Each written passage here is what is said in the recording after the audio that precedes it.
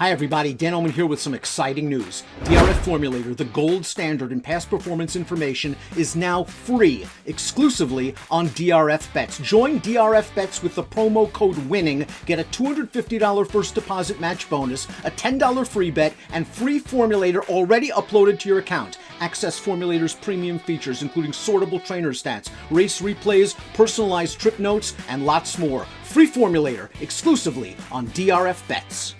Hey everyone, Nicole, Russo, and Dan Illman coming to you with the Oaks Countdown.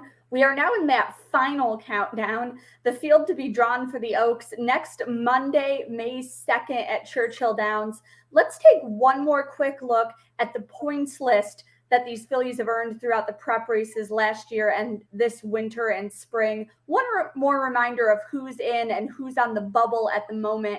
An overflow group of entries for the 14-horse starting gate appears likely, Dan, although, of course, also eligibles will have a chance to cross their fingers that they draw in. And some very talented fillies down there on the bubble really, I think, speaks just to the depth of this field. You're absolutely right, Nicole. What a quality bunch of fillies expected to line up for the Oaks this year. 4 of them expected to take the lion's share of the wagering. Of course, you have undefeated champion Echo Zulu. You have Nest, the winner of the Ashland at Keeneland and the Demoiselle at Aqueduct. Kathleen O, also unbeaten, winner of the Gulfstream Park Oaks. And Secret Oath, who ran so well against the males in the Arkansas Derby. I know a lot of folks would love to see Mr. Lucas in the winner's circle after the Kentucky Oaks, but this is by far, by any means, simply a top-heavy race. There are quality contenders as acting as supporting casts. Well, one filly who's sort of right there in the middle of the leaderboard because of her consistency, who it seems like we mention every week and haven't really discussed in depth yet, is Venti Valentine. She was second to Nest, who you just mentioned, who has emerged as one of the Oaks favorites in the Demoiselle last fall, then really put her name into the mix with this win in the Busher when she kicked clear down the lane, ran a little greenly, I think, and then really turned it on in the final stages as we watch this win.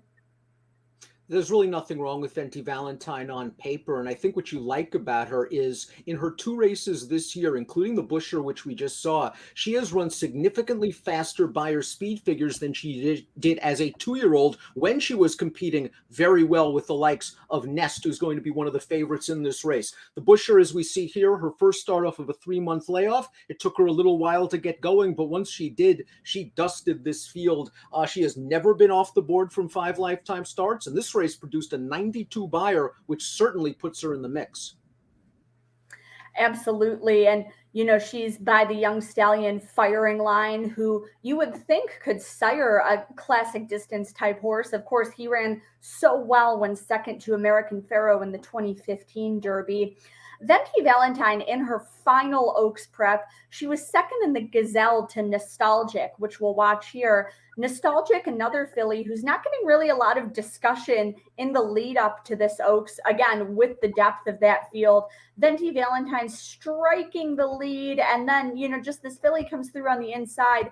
Dan, what did you think of this race, and do you think Venti Valentine is going to be part of this pace scenario in the Oaks?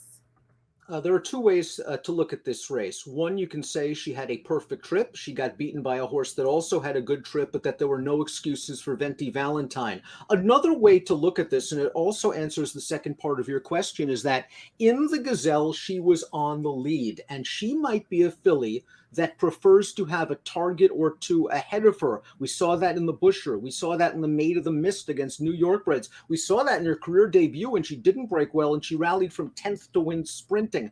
I have a feeling that that's her preferred running style, sitting from off the pace. And with horses like Echo Zulu in this field, Venti Valentine is not going to make the lead. I would expect her to be in stalking range. She has that sort of tactical speed. It's all whether she's good enough, but the price will be right in what should be a great betting race.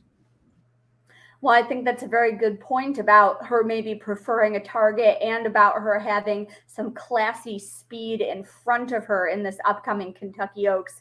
Venti Valentine is going to be seeking to become just the second New York bred to win the Oaks, joining Bury Your Belief in 1987. She's looking to write a piece of Oaks history, as all the rest of the fillies in this excellent field will be. We'll be back next week to bring you that field as we come ever closer to the first Friday in May with the Oaks Countdown.